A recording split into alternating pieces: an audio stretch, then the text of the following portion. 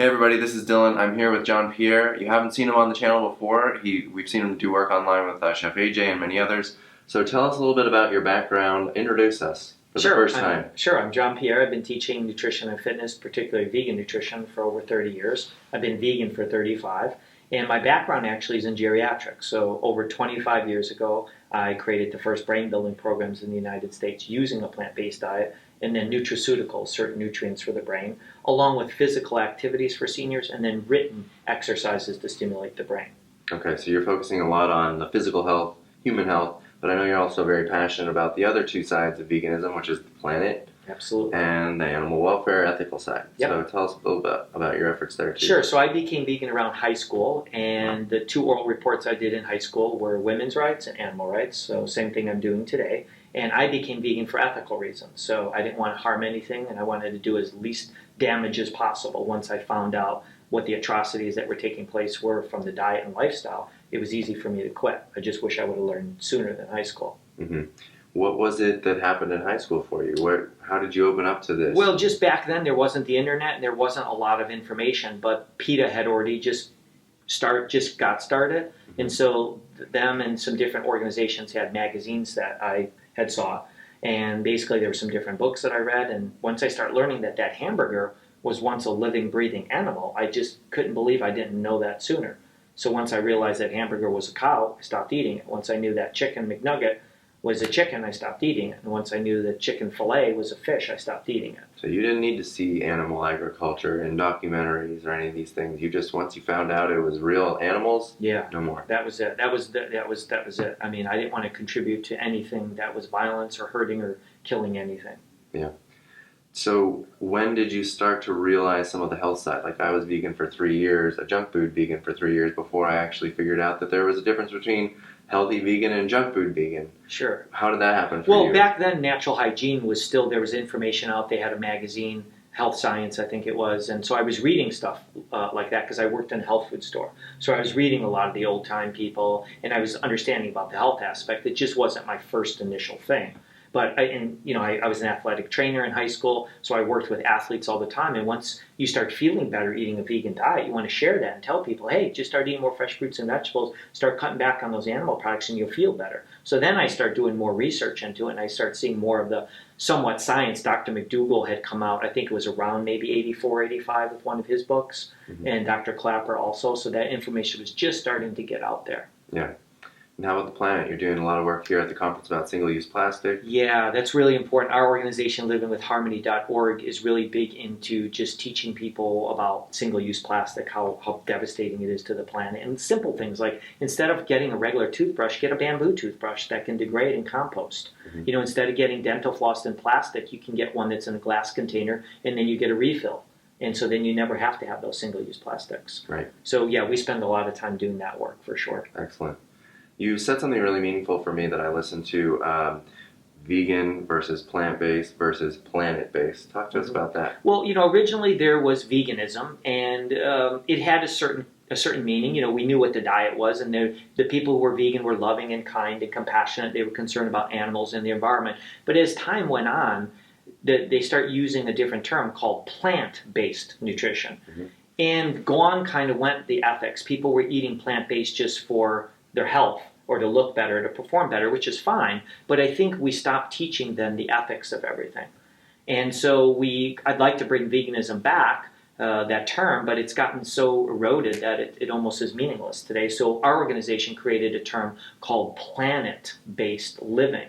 And basically it just means ahimsa, compassion and reverence for all beings, yourself, the animals, and the earth. So we try our very best with Living with Harmony that every purchase we make, every action that we take is based on love and compassion for everybody, making sure that everybody is benefiting. So we try to always support organic or fair trade. We try to avoid plastic as much as we can. Certain things or certain supplements we can't, and we do our best. And we just try to be conscious of when we purchase things. Do we need to be buying tropical fruit in winter? Do we need to be paying for all this transportation going back and forth? Where what I can do is I can just buy $200-300 of blueberries at a farmer's market and support a farmer's market and then freeze that. And then I don't have to buy stuff that's packed in plastic. In the old days, we used to can, we used to dehydrate things, we used to freeze things. We should still do that.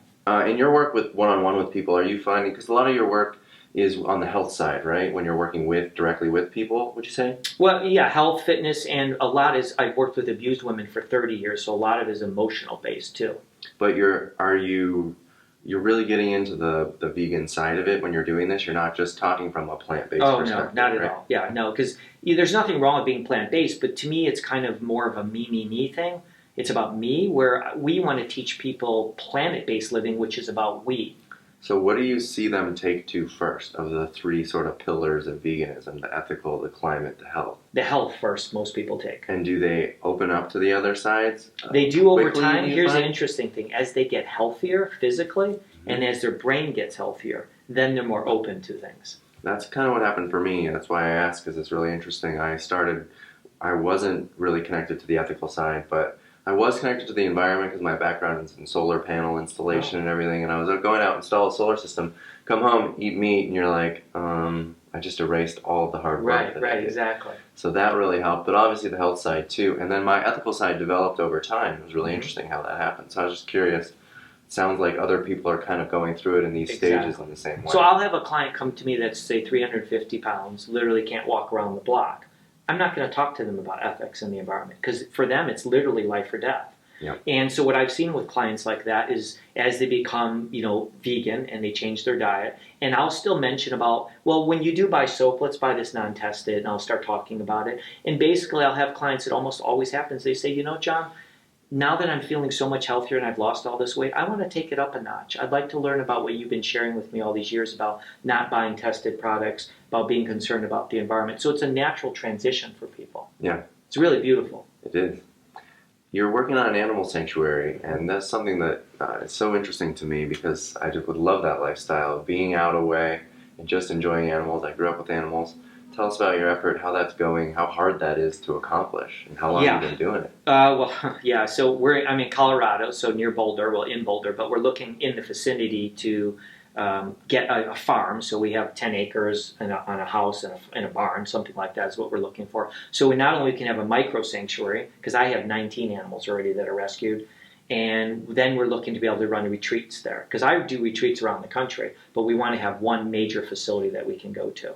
And we have all these great practitioners. We have Dr. Lori Marbus, who's a vegan physician working with us. We have Mark Reinfeld, who's a vegan chef. So we have a great staff of people. We just don't have the facility yet. So we're still fundraising. So this would be a place where people come to get involved with the movement too. You're not just off on your own with an animal sanctuary. Oh, no, not at all. As a matter of fact, I just ran my first sanctuary in Chicago. At about 1,000-acre property there, and it went over. It was a huge hit. You ran it? Yeah, it was my first sanctuary. My first retreat that I ran. Okay. And it was wonderful. So the reason we did it is we wanted to show people what it would be like if we had a sanctuary, what a retreat would look like. Okay. So, and I have one coming up in Hawaii, and then I'll be doing another one in Colorado. So I'm popping around the country doing them, but eventually we want to have one facility that we can do them at. Would it be structured as a nonprofit that we're accepts a donation? nonprofit. Oh yeah, we're a nonprofit 501c3, and it's just livingwithharmony.org.